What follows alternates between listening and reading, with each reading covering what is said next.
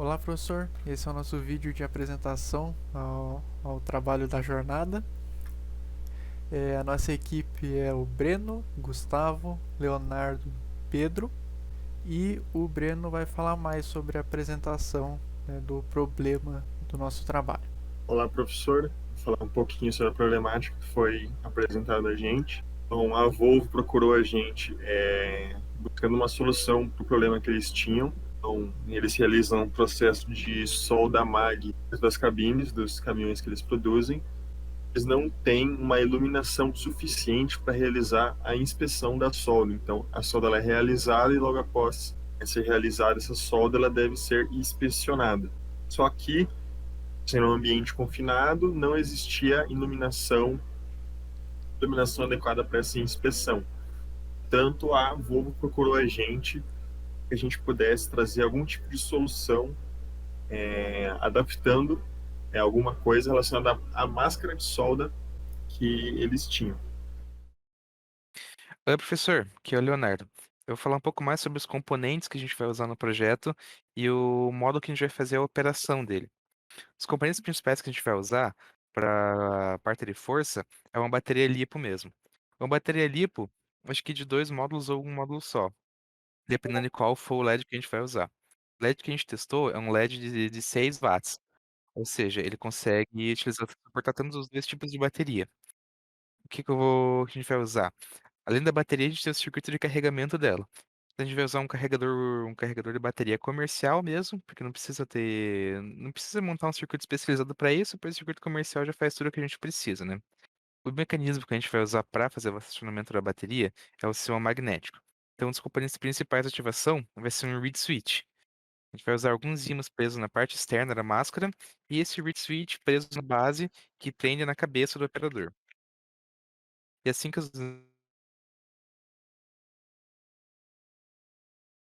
e de um shunt regulável. Oi? Aqui também cortou. Puta merda. Que parte que cortou? É, você falou, corta essa parte. Ah, tá bom, então eu vou falar. Os ímãs serão presos na. Opa. Os ímãs serão presos na. Móvel, Breno. desculpe. Os ímãs serão presos na parte móvel da máscara. Junto com com sistemas de LED com os outros componentes. Não, pera, eu errei. Tá de novo. O ímã ficará preso na parte móvel da máscara. Já o reed switch e os outros componentes ficarão presos na parte fixa. E eles serão ativados assim que o ímã se aproximar. Quando ele se aproxima do reed switch, ele vai ativar o circuito que consiste em um CI TL431.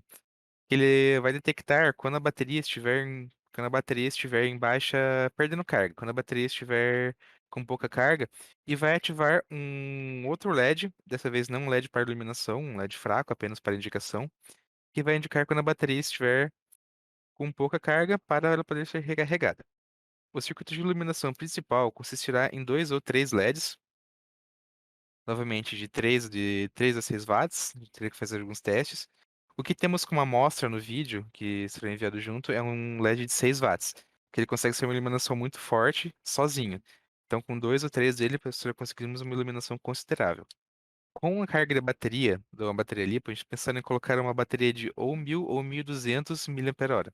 Isso daria mais ou menos entre 8 a 10 horas de uso contínuo, sendo necessário recarregamento da bateria durante o período noturno o período noturno, ou quando o operador não estiver em uso. Como um sistema de bateria de carregamento comercial já funciona, ele pode ser deixado carregar à noite, não existe problema de sobrecarregar o circuito. Isso pode ser feito seguro, é uma coisa segura que pode ser feita sem nenhum perigo, sem nenhum risco de incêndio ou de detonação da bateria, se é algo do tipo.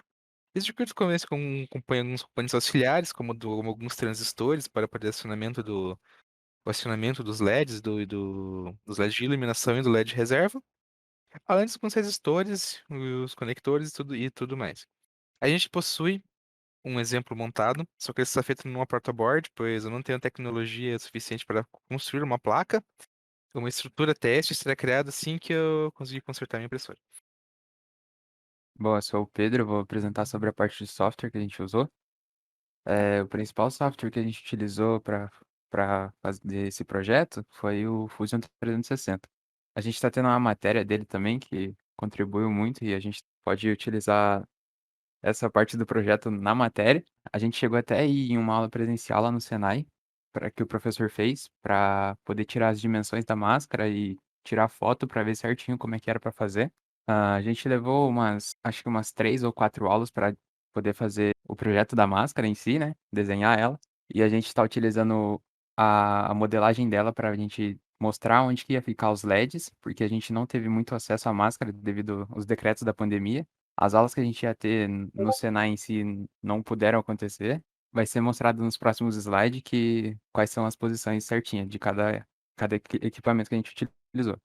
E nós utilizamos também o Sebrae Canvas, que foi mais para ver os pontos necessários que ia ser utilizado no projeto, para dar andamento também no projeto. E tem um que a gente não chegou a citar aqui nos slides, mas a gente usou bastante o Discord, claro, que é o principal meio de comunicação que a gente está tendo nas aulas. Bom, e pela parte do software é isso que eu tenho para apresentar.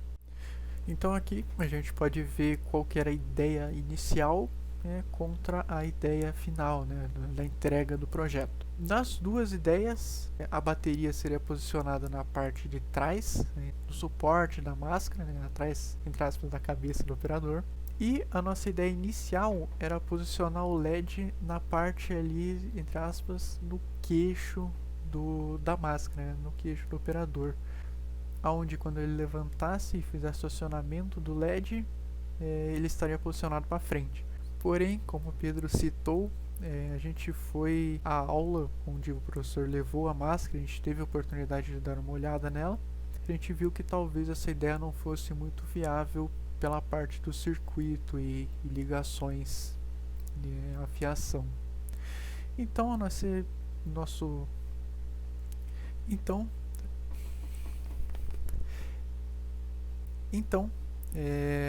ideia final e entregada é o LED posicionado ali na parte onde vai fixada a cabeça do operador, que facilitaria tanto a fiação quanto o circuito.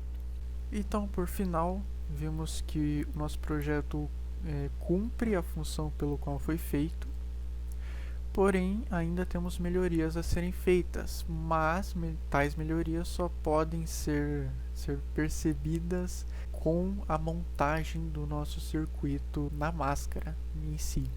E acredito que seja isso, nossa explicação do projeto.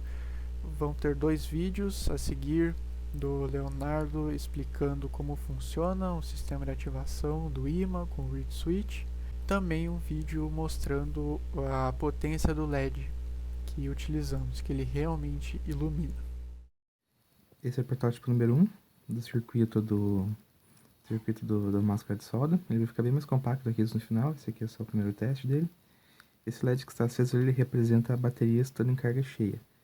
Se você põe esse potenciômetro aqui para alterar a bateria, assim que eu movo ele um pouco, no potenciômetro de 5 kΩ, se eu mover um pouco e ele vê que a bateria não está com a tensão total, ele desliga. Esse botão, ele tá, na verdade, a gente quer inverter esse sinal. Eu vou mexer no circuito depois para inverter ele. Só que esse aqui é o primeiro teste, é só para ver se o circuito funcionava na teoria. Com o TL431 aqui para o shunt ajustável, né, para cortar o sinal quando ele perde carga.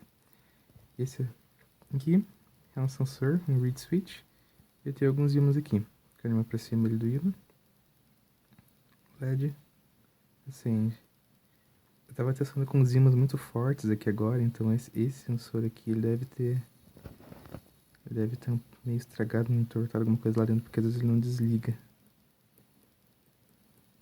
Mas eu tenho os outros lá, a gente vai testar com os próximos e vou gravar um próximo vídeo só pra exemplificar com um sensor decente. Eu acabei usando todos aqueles ímãs aqui e não foi uma boa ideia.